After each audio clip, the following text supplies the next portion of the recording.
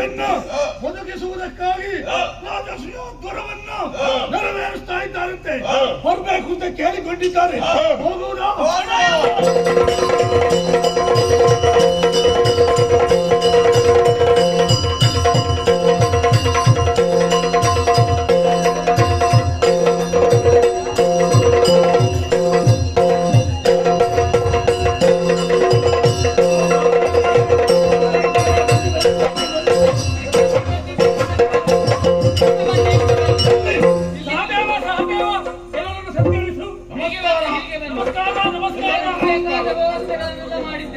ಕೇಳು ಜನಮೇ ಜಯನೆ ಬಳಿಕ ವಿಶಾಲ ಮುನಿ ಬದ್ದಿದುಳು ನಿಮ್ಮ ನೃಪಾಲ ಭೀಷ್ಮೆಂಗೆಂದರದೆ ಗಂಭೀರನಾದಲ್ಲಿ ಬಾಳವೀರನ ಪರಿಜನಿಪ ಭೂಪಾಲ ನಿವರು ಅಗ್ರಪೂಜ್ಯರು ಹೇಳಿರಿ ಗಾಂಗೀಯ ನುಡಿದನ ವೇದ ಸಮ್ಮತವ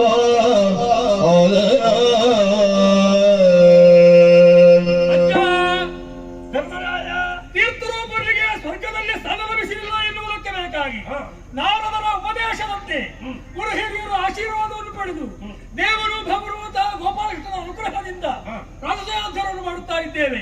ಇಂದು ಕೊನೆಯ ದಿವಸ ಅವಪೃತದಂತಹ ಸಂದರ್ಭ. ಆದರೆ ಆರ್ಯಾವರ್ತನ ಸಮಸ್ತ ಭೂಪತಿಗಳು ಕೂಡ ಇಂದಿನ ದಿವಸ ಆಸೀನರಾಗಿದ್ದಾರೆ. ಈ ಸಭೆಯನ್ನು ಕಂಡಾಗ ಬಾಳನೇತರನಾದಂತಹ ಭಗವಾನ್ ವಾಮಹೇಶ್ವರನ ಸಾನ್ನಿಧ್ಯ ಈ ಸಭೆಯಲ್ಲಿ ಕಾಣುತ್ತಾ ಇದ್ದೇನೆ ಎಂದು ಭಾಸವಾಗುತ್ತಾ ಇದೆ. ಅಂತಹ ಭೂಪತಿಗಳಲ್ಲಿ ಅಗ್ರ ಪೂಜೆಯನ್ನು ಕೊಟ್ಟು ಭಾವಿಸುವುದು ಯಾರನ್ನು ಹೇಳುವೇನೋ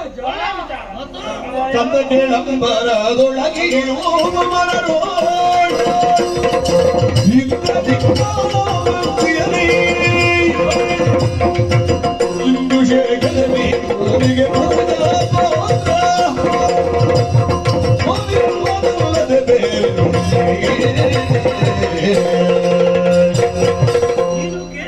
ಪ್ರಶ್ನೆಗೆ ಉತ್ತರವಾಗಿ ಸಮರ್ಪಕವಾಗಿ ಕೊಡಬೇಕು. ಯಾಕಂದ್ರೆ ನ್ಯಾಯಸಮ್ಮತವು ವೇದ ಸಮ್ಮತವಾಗಬೇಕಲ್ಲ ಧರ್ಮ. ಯಾರು ಹೇಳಬೇಕು? ದೇವತೆಗಳ ಭಕ್ತಿಯಲ್ಲಿ ಇಂದು ಶೇಖರಣೆ ಯೋಗ್ಯ. ಹಾಗೆಂದು ಭೂಲೋಕದಲ್ಲಿ ಅಂದಿನ ಹುಡುಕುವ ಅಗತ್ಯ ಇಲ್ಲ. ಅವತಾರ ಮೂರ್ತಿಯಾದಂತಹ ಗೋವಿಂದನನ್ನೇ ಕರೆದುಕೊಂಡು ಬಂದು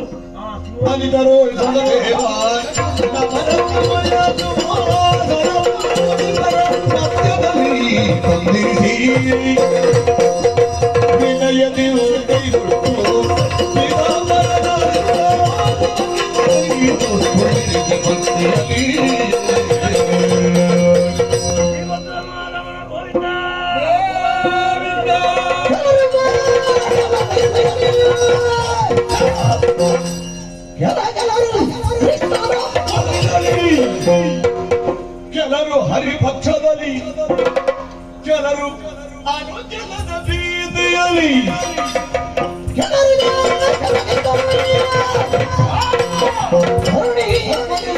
ಪರಮಧ್ಯದಳು ಕಳಶಿ ಹೋಬಳಿ ಮಸಗಿದರು ಶಿಶುಪಾಲ ನಡಿಗಡಿಗೆ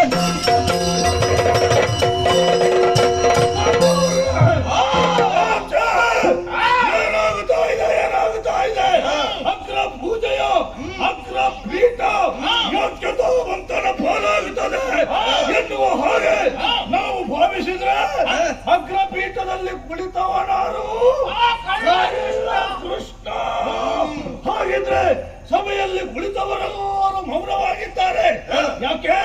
ಕೆಲವರು ಪಾಂಡವರ ಮೈತ್ರಿಯನ್ನು ಬೆಳೆಸಿಕೊಂಡವರು ಕಾರ್ಯಕ್ರಮ ಯಾಕೆ ಹಾಳು ಮಾಡುವುದು ಎನ್ನುವ ಉದ್ದೇಶದಿಂದಲೇ ಮೌನವಾಗಿದ್ದಾರೆ. ಇನ್ನು ಕೆಲವರು ಹಲಿಯ ಪಕ್ಷದವರು ನಮ್ಮವನಿಗೆ ಸಿಕ್ಕಿದಲ್ಲ, ಇದು ನಮಗೆ ಕೊಟ್ಟಂತಹ ಮನ್ನಣೆಯ ಮನೆ ಅಂತ ಭಾವಿಸಿದ್ದಾರೆ. ಇನ್ನು ಕೆಲವರು ಅನುಚಿತದ ಭೀತಿಯಿಂದ ನಮಗೆ ಇದೆಲ್ಲ ಯಾಕೆ ಬಿಟ್ಟಿದ್ದಾರೆ. ಮತ್ತೆ ಕೆಲವರು ಇದಕ್ಕೆಂದೇ ಬಂದವರು.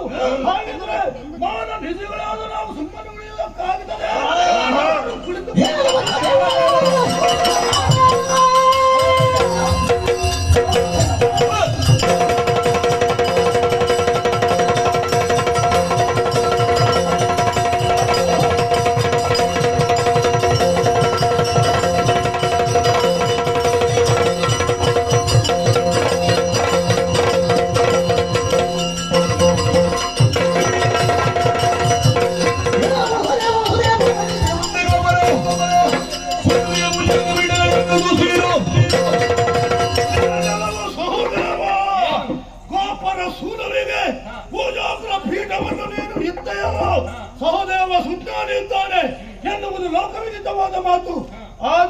ಹೀಗೆ ಮಾಡಿದೆ? ನನಗೇನು ಗೊತ್ತಿಲ್ಲ.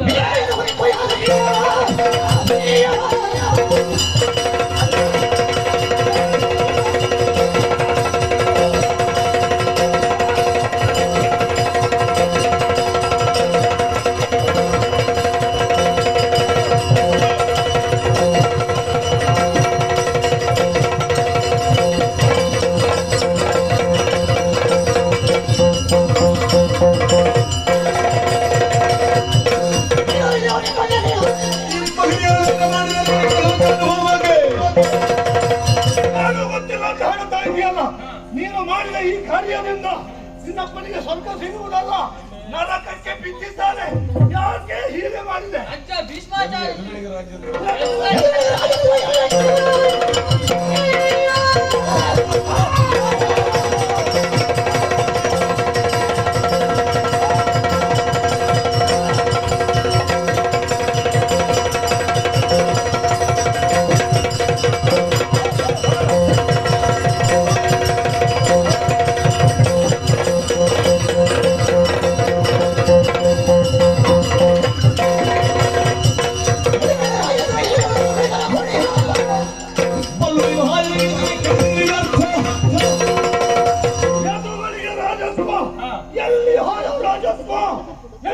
ಶಬ್ದಕ್ಕೆ ತುತ್ತಾಗಿ ಅಸ್ಪೃಶ್ಯರಾದವರು ಇವರಿಗೆ ರಾಜತ್ವ ಯಾರು ಹೇಳಿತು? ಅಜ್ಜ ಭೀಷ್ಮಾಚಾರ್ಯ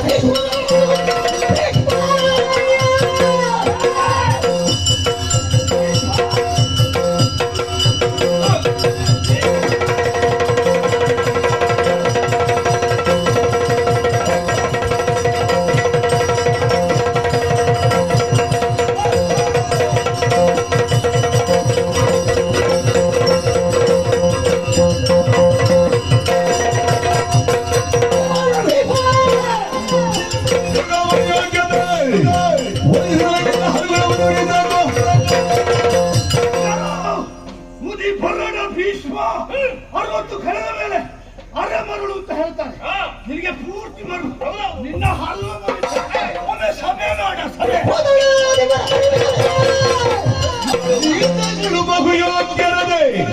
ವಿಖ್ಯಾತ ವೇದವ್ಯಾಸ ಗುರು ಕೃಪಾ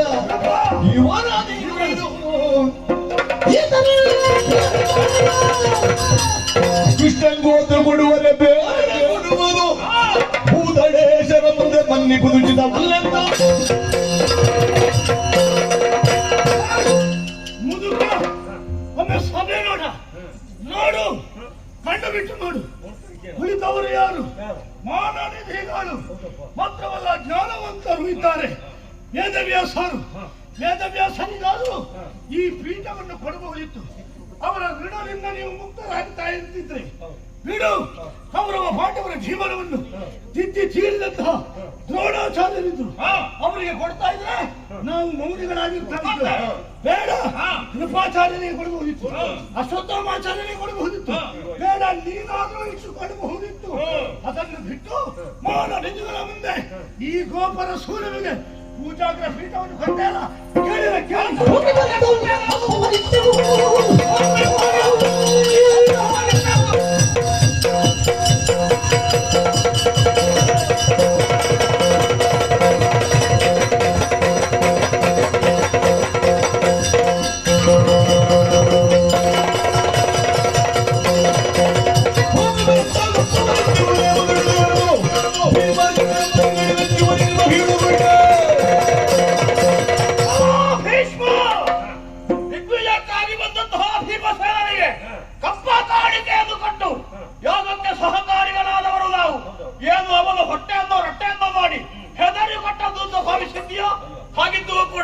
ನಾವು ತೋರಿಸಿದ ಸೌಜನ್ಯವನ್ನು ನಮ್ಮ ದೌರ್ಬಲ್ಯ ಎನ್ನುವುದಾಗಿ ಭಾವಿಸಿದ್ದೀರಿ. ಈ ಯಾಗವನ್ನು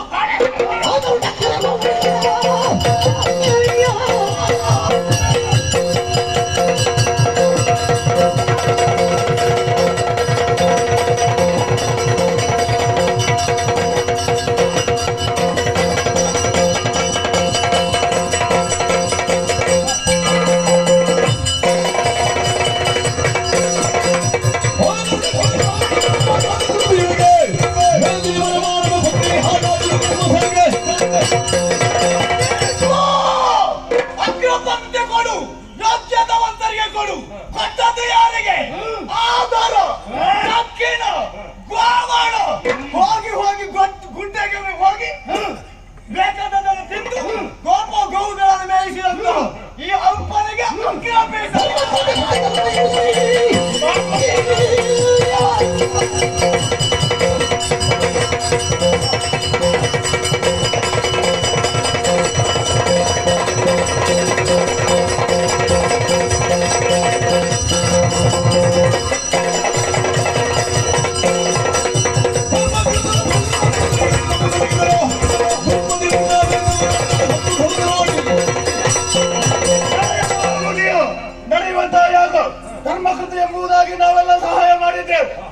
ಮಾನಹಾನಿ ಮಾಡಿದ್ದೀರಾ?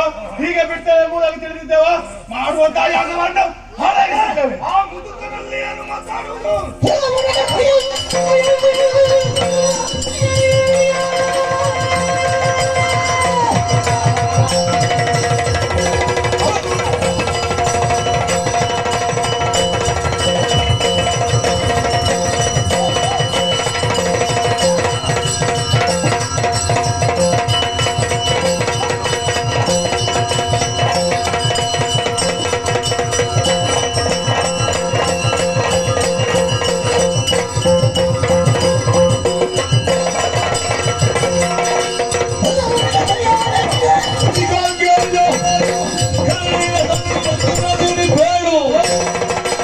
ಗುಡ್ಡೆಗೆ ಹೋಗಿ ಗೋವುಗಳನ್ನು ಕಾಯುವ ತುರುಗಾವನೇ ಅವರು ಹೇಳಿದ್ರು.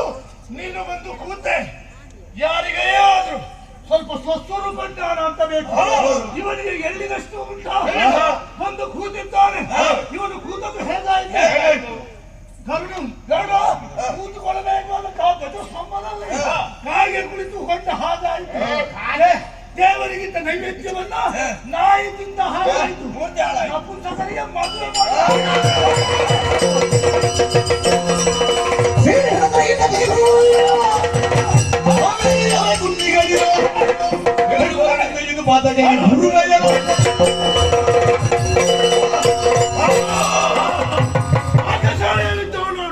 ಓಡೋಡಿಕೊಂಡು ಬಂದು ಗಮನಿಸಿದ್ರೆ ದೇವರಂತ ಕೃಷ್ಣನಿಗೆ ನನ್ನನ್ನ ಧರ್ಮಜನಿಗೆ ಅವಮಾನ ಮಾಡ್ತಿದ್ದೀರಾ? ನಿಮ್ಮ ತರ ತಲೆ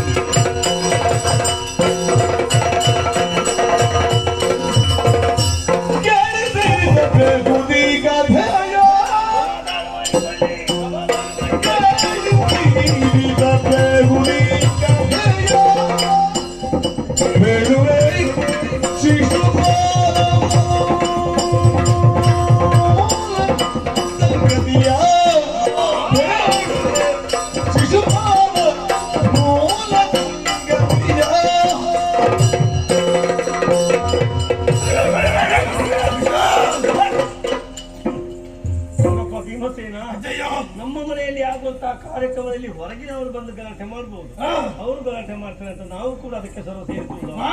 ನಮ್ಮ ಕಾರ್ಯಕ್ರಮ ಹಾಳಾಗುವುದಲ್ಲ. ಹಾಗಾದ್ರೆ ಇಷ್ಟರವರೆಗೆ ಎಲ್ಲವರು ಕೇಳುವ ಹಾಗೆ ಶ್ರೀ ಹರಿಯ ಕಥೆಯನ್ನು ಹೇಳಿದ್ದೇನೆ. ಮಾತ್ರವಲ್ಲ, ದೇವವಿಜಯರು ಭೂಲೋಕಕ್ಕೆ ಇಳಿದು ಅವರ ಉಭಯ ಅಂದ್ರೆ 2 ರೀತಿಯ ಅವತಾರದ ವಿಷಯವನ್ನು ಹೇಳಿದ್ದೇನೆ. ಈಗ ಅವರದ್ದಂತ 3ನೇ ಅವತಾರದ ಕಥೆಯನ್ನು ಹೇಳ್ತಾ ಇದ್ದೇನೆ. ಶಿಶುಪಾಲನ ಮೂಲ ಸಂಗತಿ. ಮೂಲಕ್ಕೆ ಕೈ ಹಾಕಿದ್ದಾನೆ. ಮೂಲಕ್ಕೆ ಕೈ ಹಾಕಲಿ ಕೇಳಿ ಇವನಂದ್ರೆ ಹೀಗಿರ್ಲಿಲ್ಲ. ಹುಟ್ಟುವಾಗ ವಿಶೇಷವಾದಂತಹ ರೂಪ ಇವನದ್ದು. ಅಂದ್ರೆ ಅಧಿಕವಾದಂತಹ 3 ಕಣ್ಣು 4 ಕೈ. ಸಾಕ್ಷಾತ್ ಪರಮೇಶ್ವರ. ಇವನಿಗೆ 3 ಕಣ್ಣು, ತೆಂಗಿನಕಾಯಿ ಕೂಡ 3 ಕಣ್ಣು. ಅದು ನಿನ್ನ ಕೊಚ್ಚಕ್ಕೆ. ಆದರೂ ಈ ವಿಕಾರ ಸ್ವರೂಪದ ಮಗುವನ್ನು ಕಣ್ಣಂತಹ ಶ್ರುತಾದೇವಿ ಅಳುವುದಕ್ಕೆ ಪ್ರಾರಂಭ ಮಾಡಿದ್ರು. ಅದೇ ಸಂದರ್ಭ ಪರವಾಗಿ ನಾರದರ ಆಗಮನ ಆಸ್ತರಕ್ಕಾಗಿ ಹೇಳಿದ್ರು, ಹೆದರಬೇಡವಮ್ಮ, ಇವರನ್ನು ಬಂದವರ ಕೈಯಲ್ಲಿ ಕೊಡು. ಯಾರ ಕೈಯಲ್ಲಿ ಈ ಮಗುವು ಸೇರಿಕೊಂಡಾಗ ಅವರಲ್ಲಿ ಅಧಿಕವಾದಂತಹ ಅಂಗಾಂಗಗಳು ಮಾಯವಾಗುತ್ತದೋ ಅವರಿಂದಲೇ ಈತನಿಗೆ ಮರಣ ಅಂತ ಒಂದು ಕಿವಿ ಮಾತು ಹೇಳಿ ನಾರದರು ಹೋದ್ರು. ಆದ್ರೂ ಇವನಲ್ಲಿದ್ದಂತಹ ಅಂಗಾಂಗ ದೂರ ಆಗ್ಬೇಕಲ್ಲ, ಅದಕ್ಕೆ ಬಂದವರೆಲ್ಲ ಕೈಯಲ್ಲಿ ಕೊಡ್ತಾ ಹೋದ್ರು. ಒಂದು ದಿವಸ ಅತ್ತೆಯನ್ನು ನೋಡುವುದಕ್ಕಾಗಿ ಶ್ರೀಕೃಷ್ಣ ಹೋದಾಗ ಅವರ ಕೈಯಲ್ಲಿಯೂ ಕೂಡ ಈ ಮಗುವನ್ನು ಕೊಟ್ಟ ಸಂದರ್ಭದಲ್ಲಿ ಅಧಿಕವಾದಂತಹ ಕಣ್ಣು ವಿಶೇಷವಾದಂತಹ ಕೈ ಮಾಯವಾಗಿ ಹೋಯಿತು. ಆವಾಗ ನಾರದರ ಮಾತು ನೆನಪಾಯಿತು. ಅಯ್ಯೋ, ನನ್ನ ಮಗುವಿನ ಮರಣಕ್ಕೆ ಕಾರಣ ನೀನೇ ಅಳಿಯ, ನನ್ನ ಮಗನ ಪ್ರಾಣ ಉಳಿಸಬೇಕು ಅಂತ ಈ ಕೃಷ್ಣನ ಪಾದವನ್ನು ಕಣ್ಣಿನಲ್ಲಿ ತೊಳೆದಾಗ ಆ ಮಹಾತಾಯಿ ಒಂದು ಮಾತು ಕೊಟ್ಟಿದ್ದಾನೆ. ಅಮ್ಮ, ನಿನ್ನ ಮಗ ಶತ ಅಪರಾಧ ಮಾಡುವಲ್ಲಿವರೆಗೆ ಅವನನ್ನು ಮನ್ನಿಸ್ತೇನೆ, ಒಂದು ಹೆಚ್ಚಾದ್ರೆ ಬಿಡುವುದಿಲ್ಲ. ಸಭೆಯಲ್ಲಿ ಎಷ್ಟು ಮಂದಿ ಹೆಣ್ಣು ಮಕ್ಕಳು ಕೂಲಿತಿದ್ದಾರೆ ಅಂತ ಆಲೋಚನೆ ಮಾಡು. ಮರುತ ಸಂಭವ ಅಜ್ಜಯ್ಯ. ಈಗ ಕೊಲ್ಲುವ ಆ ಕೃಷ್ಣ ಇವನು ಶಿಶುಪಾಲನನ್ನು ಕೊಲ್ಲುವವ ಕೃಷ್ಣನು ನೀನು ದೇವರು. ಅವರು ಇರುವಾಗ ನಮಗೆ ಯಾಕೆ ಹೋಗ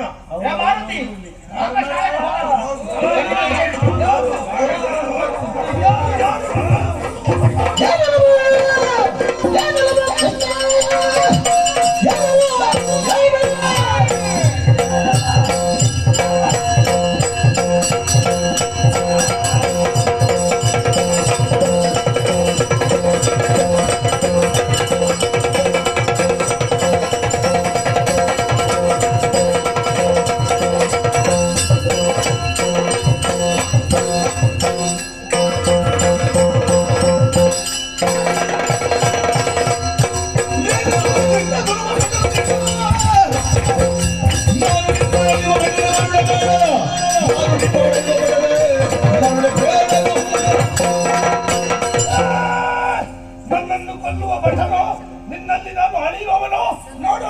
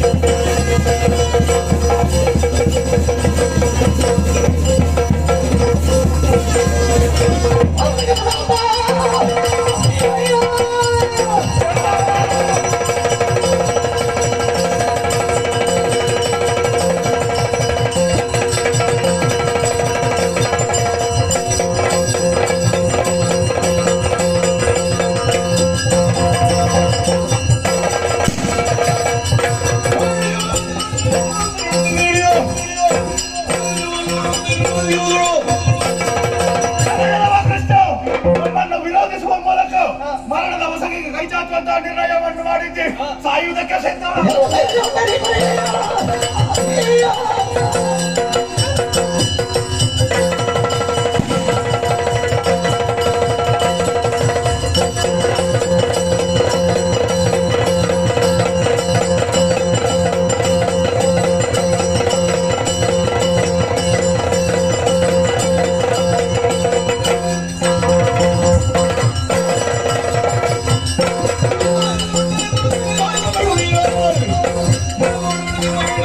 No.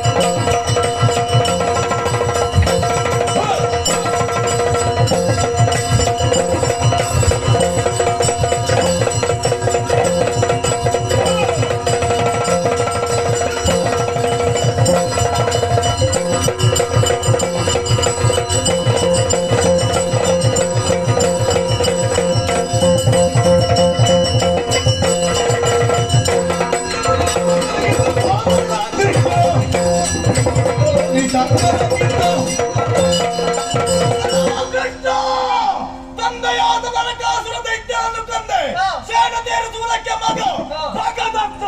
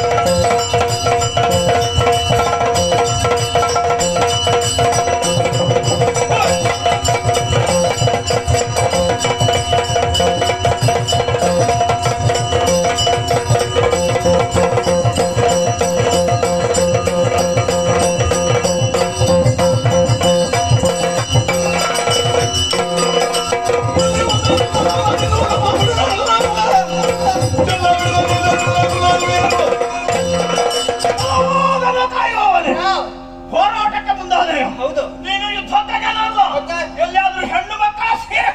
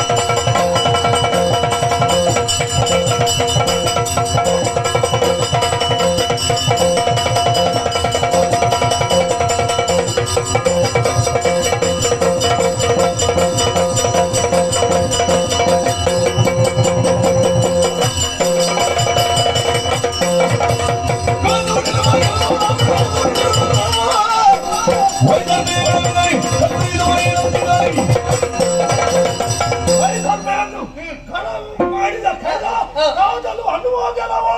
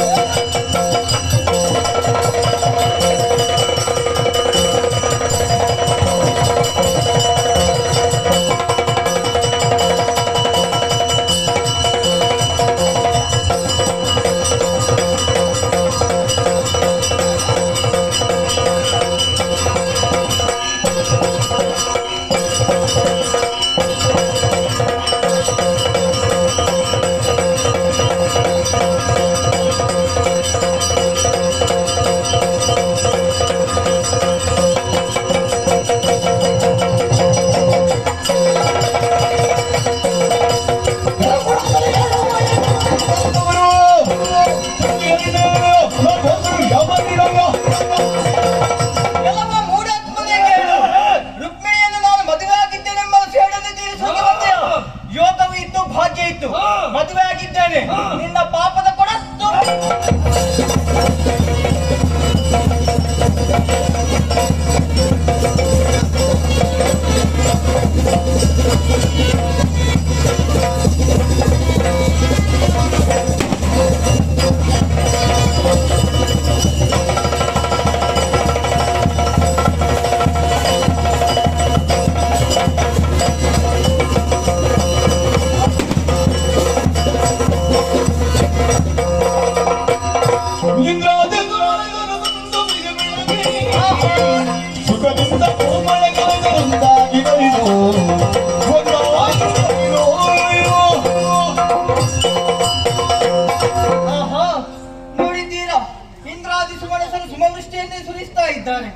ಹಾಗಾದ್ರೆ ಇದರ ಅರ್ಥವೇನು? ಪಾಂಡು ಚಕ್ರವರ್ತಿಗೆ ಸ್ವರ್ಗಲೋಕದಲ್ಲಿ ಸಿಗಬೇಕಾದಂತಹ ಸ್ಥಾನಮಾನ ಸಿಕ್ಕಿದೆ ಎನ್ನುವುದರಲ್ಲಿ ಯಾವ ಸಂದೇಹವಿಲ್ಲ. ಧರ್ಮೋ ರಕ್ಷತಿ ರಕ್ಷಿತ. ಯಾರು ಸತ್ಯ ಧರ್ಮದಿಂದ ಜೀವನವನ್ನು ನಡೆಸ್ತಾರೋ ಅಂತವರನ್ನು ಧರ್ಮವೇ ಕಾಪಾಡುತ್ತದೆ ಎನ್ನುವುದಕ್ಕೆ ಈ ಪ್ರಸಂಗವೇ ಸಾಕ್ಷಿಯಾಗಿ ಹೋಗಿದೆ. ಇಂತಹ ಪುಣ್ಯ ಕಥಾಭಾಗವನ್ನು ಆಡಿ ಹಾಡಿದ ನಮಗೂ ನೋಡಿ ಕೇಳಿದಂತಹ ನಿಮಗೆಲ್ಲರಿಗೂ ನಾವು ನಂಬಿಕೊಂಡು ಬಂದಂತಹ ಜ್ಞಾನಶಕ್ತಿ ಸುಬ್ರಹ್ಮಣ್ಯ ದೇವರು ಹಾಗೂ ಸ್ಥಳ ದೇವರು ಆಯುಷ್ಯ ಆರೋಗ್ಯ ಭಾಗ್ಯವನ್ನು ನೀಡಲಿ ಎಂಬುದಾಗಿ ಕೇಳಿಕೊಳ್ಳುತ್ತಾ ಪುಣ್ಯ ಕಥಾವಾಹಿನಿಗೆ ಮಂಗಳ ಗೀತದ ಹಾಡುವರೆ ಸಭಿಕರಿಂದ ಅಪ್ಪಣೆ.